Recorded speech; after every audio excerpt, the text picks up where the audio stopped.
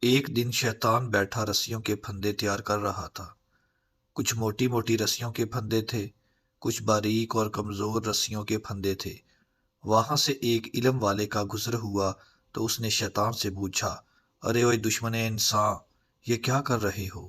شیطان نے سر اٹھا کر دیکھا اور اپنا کام جاری رکھتے ہوئے بولا، دیکھتے نہیں انسانوں کو قابو کرنے کے لیے پھندے تیار کر رہا ہوں۔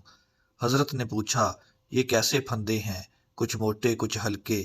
شیطان نے جواب دیا، یہ پھندے ان لوگوں کے لیے ہیں جو شیطان کی باتوں میں نہیں آتے، لہٰذا ہر قسم کے پھندے تیار کرنے پڑتے ہیں، کچھ موٹے کچھ باریک۔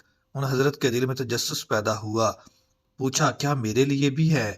انہوں نے مسکراتے ہوئے کہا، آپ علم والوں کے لیے مجھے پھندے نہیں تیار کرنے پڑتے، آپ لوگوں کو تو میں چٹکیوں میں گھیر لیتا ہوں، علم کا تکبر ہی کافی ہے آپ لوگوں کو پھانسنے کے لیے۔ ان حضرت نے حیران ہو کر پوچھا، پھر یہ موٹے پھندے کس کے لیے ہیں؟